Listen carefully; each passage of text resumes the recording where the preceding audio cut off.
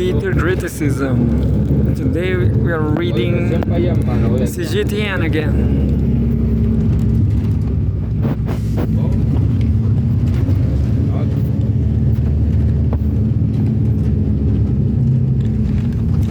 No, I'm not going to read space news. This is the first time I'm declining the first news from Cgtn.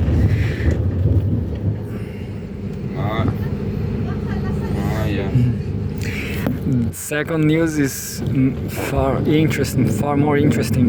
And I guess Chinese are hiding this very news here. North America, January 18, 2026. Venezuelan tragedy, hegemonic rhetoric poses challenge to international order. Yao Yao, the journalist. And there's a photograph. A person reacts while writing a letter in Caracas, Venezuela. Oh, January 17. At least this is a serious woman because it's not celebrating.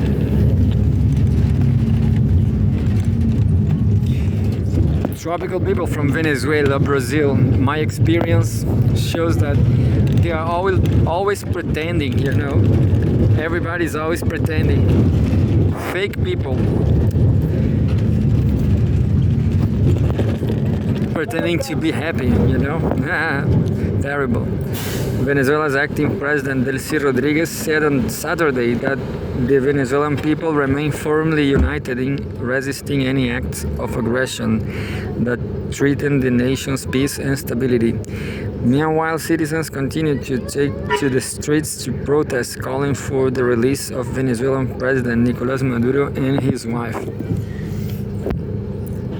These developments followed the unprecedented US strikes in Caracas roughly 2 weeks ago, which not only demonstrated how the US launched a unilateral action under the guise of combating drug-related terrorism, but also shocked the world with its forcible seizure of the sitting leader of a sovereign country. While global condemnations on US actions toward Venezuela have powered in Wang Yiwei, director of the Institute of International Affairs at Renmin University of China, warned that the US is packaging its bullying actions as so-called transnational law enforcement. Quote, by manipulating rhetoric to deliberately blur the illegality and hegemonic nature of its actions, a certain degree of confusion has been sown in the international community's perception and response, end quote, Wang said. Definitely, so politics is a kind of art. It's a kind of fiction art. Fictional literature, because you can argue whatever you want. I read some posts, I don't remember that British Empire, I guess every empire destroyed documents from places they conquer.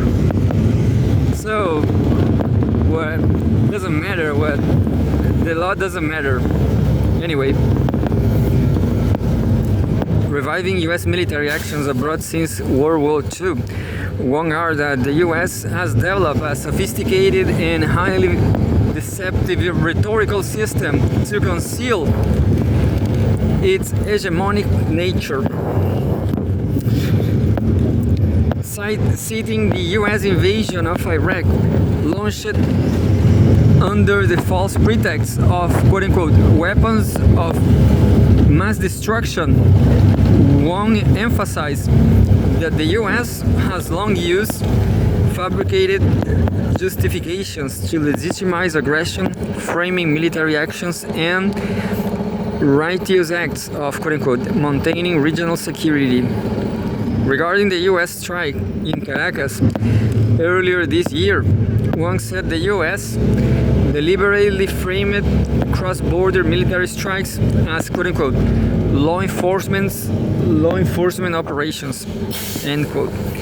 By replacing wartime terminology with law enforcement terms, the US has sparked domestic debates over procedural authorization, allowing it to bypass the international legal constraints of the United Nations Charter, Wang added. Wang also noted that the US is adept at selectively crafting the narrative to conceal the illegality of its military actions, using tactical details to obscure the strategic brutality of its aggression. He further pointed out that the US deliberately highlighted the quote-unquote rhetoric deeds of special forces in the forcibly seizure of Maduro. The reducing the complex reality of cross-border military interventions to the quote-unquote high points of quote-unquote precision actions. This movie-like narrative, this movie-like narrative serves to downplay the violent nature of aggression. Similar tactics were seen in the propaganda surrounding the capture of Osama bin Laden and the sensationalized portrayal of the quote-unquote humanitarian crisis during the Kosovo War. Wang also stated that the US avoids discussing its own role in creating conflicts, such as the Korean War and the Vietnam War, when asked. Furthermore, it selectively releases footage to construct a one-sided narrative, deliberately emphasizing the US military's quote-unquote zero casualties while turning a blind eye to the brutal truths, such as civilian deaths in the country's aid attack. Quote-unquote.